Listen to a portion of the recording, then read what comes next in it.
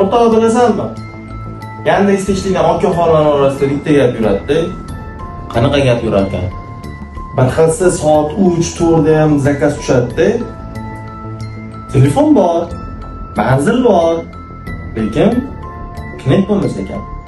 Joningga tegmadimi shunaqa gaplar? Masalan, har kuni kechki payt qo'rqinchli kino ko'ryapsanmi? Kechasi oxirigacha.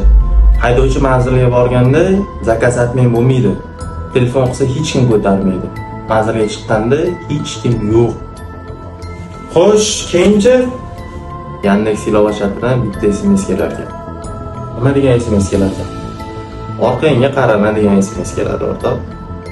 Bo'pti, endi to'g'risini aytaqa qo'rqitmoqchimisan meni hozir shu yerda?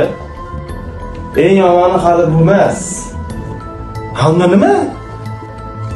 Bir nechta haydovchi keyin zakazlarni istoriyasiga kirib qarasa, o'sha kechki paytga tushgan zakaz spiskada bo'lmaydi.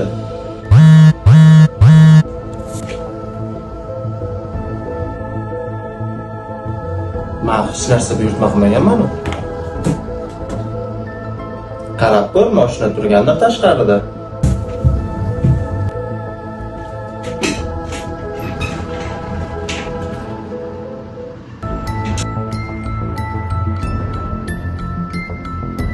Unda nimaga tashqarida mashina turibdi? Mijoz tashqarida emas, u shu yerda.